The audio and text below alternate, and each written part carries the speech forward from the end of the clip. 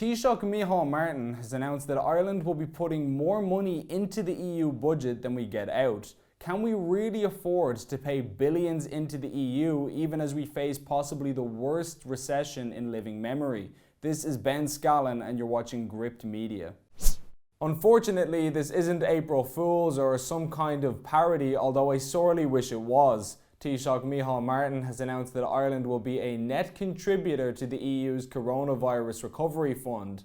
In plain English, this means that whatever Irish taxpayers put into the fund, we will necessarily be getting less out. We will be paying for the economic recovery of other countries and getting nothing out of it that we didn't already have to begin with. As RTE said in the coverage of the event, Mr. Martin said that a European-wide economic recovery was more important for Ireland than what the country got back from the overall fund. In other words, to our government, the economic recovery of the EU as a broader entity is more important than the economic recovery of Ireland and the voters that elected them. And it will be your tax money that is used to fix nations overseas while our own country crumbles before our very eyes. This may sound familiar to some, as several months ago I did a video here on Gript about how Taoiseach Leo Varadkar wanted Ireland to share the debt of other EU countries as a result of the COVID-19 pandemic. Bear in mind, this was proposed by Varadkar. He voluntarily agreed to pay the money on our behalf. He suggested that Irish taxpayers help pay the debts of German and French citizens as if we didn't already have enough debt of our own to worry about. This is similar to what happened after the 2008 crash, when our political leaders allowed the EU to force us to shoulder the foreign debts of German and French banks, meaning that this tiny country ended up paying an outrageous 42% of the cost of the European banking crisis. And now Taoiseach Micheál Martin has followed in Varadkar's footsteps by having us pay the EU at the expense of the taxpayers yet again. Fianna Fáil, not content with using Brussels to hammer the Irish economy once with the Troika-imposed bank bailout, seem dead set on attempting it once again now a decade later. But unfortunately, the bad news doesn't end there. While this was going on, it was decided that Ireland will be paying vastly more into the EU budget than it gets out over the next 7 years. Now, we've already been net contributors to Brussels for many years at this point, which some find puzzling. Realise that every euro of Irish taxpayer money that we send to Brussels is a euro that won't be spent here on the people who need it and who earned it. But now, according to German media, we will be paying an eye-watering €16 billion net contribution over the next 7 years. That is painful to say the least. To put that in perspective and give you some kind of sense of scale, our entire annual budget is only €80 billion. And we'll be giving 16 billion now to a group of unelected foreign pen pushers who you don't know from Adam and who have never appeared on a ballot paper in this country. Most people probably couldn't name 5 EU commissioners or foreign MEPs if their lives depended on it. And yet these people will now be deciding how billions of euros of Irish taxpayer money is spent and making decisions that affect our lives every single day. But shockingly, several EU countries, Denmark, Germany, the Netherlands, Austria and Sweden, all managed to get rebates and reductions in the amount that they had to pay simply by objecting to it and saying that the amount was too much. Our government did not object, which is why you and I are on the hook for the full amount. Too obsessed with being the best boys in the European classroom, our leaders are once again willing to sacrifice the well-being of the country on the altar of globalism. But perhaps we shouldn't be too surprised. Both Martin and Varadkar have both been extremely forthcoming about the fact that they prioritise the good of the EU over the Irish nation. They've never hidden that fact. Here's Micheál Martin in 2018 saying that he views sovereignty as a backwards-looking idea. Let there be no doubt about where Ireland stands.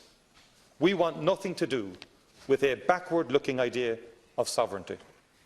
We remain absolutely committed to the ideals of the European Union.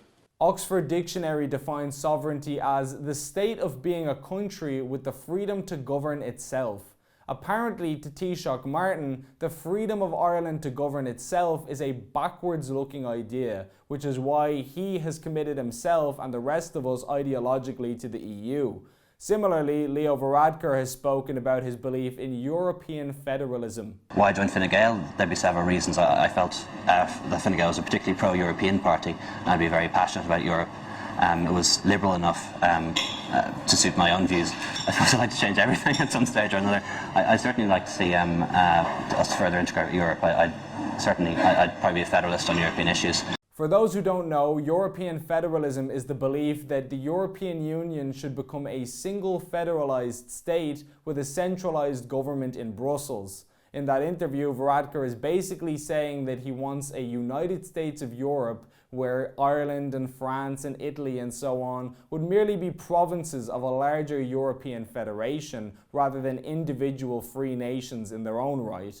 With Irish leaders so quick to throw away our sovereignty and autonomy to a foreign superstate, it makes you wonder what was the point in securing our independence at all as a country. It seems like we hopped straight from the frying pan of the British Empire into the fire of a European one.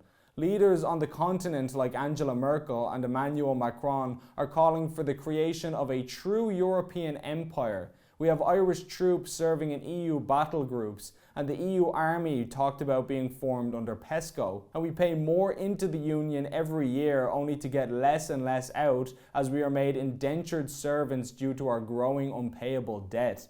Is this the national freedom that men like Padraig Pearse and Wolfe Tone fought for? In the words of Charles Stewart Parnell, why should Ireland be treated as a geographical fragment? Ireland is not a geographical fragment, but a nation. If men like Parnell could see the country now, they'd be turning in their graves. We may not serve Queen or Kaiser in Ireland, but it seems we do serve commissioners, and we're happy to empty our country's pockets for them at a moment's notice. Now, you may be wondering why you haven't heard other media outlets pressing the government on issues like this, and that is because, by and large, the mainstream media in Ireland is totally one-sided. There is an incestuous relationship between the mainstream media and the political classes, which means that there is no real opposition to bad government policies when it arises.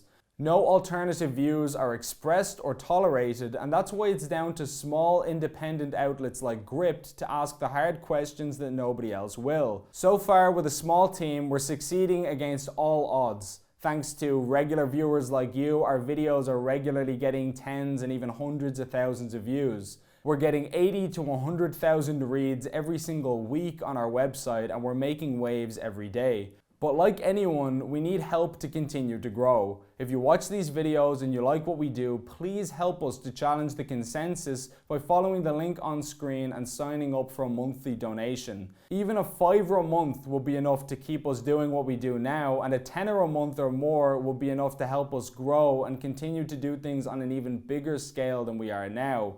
Whatever you can afford is greatly appreciated, and it all goes a long way. Thank you so much to everybody who's donated already and made it possible to challenge the status quo. Between supporters like you and outlets like Gript, the truth has a future in Ireland. As always, thanks for watching.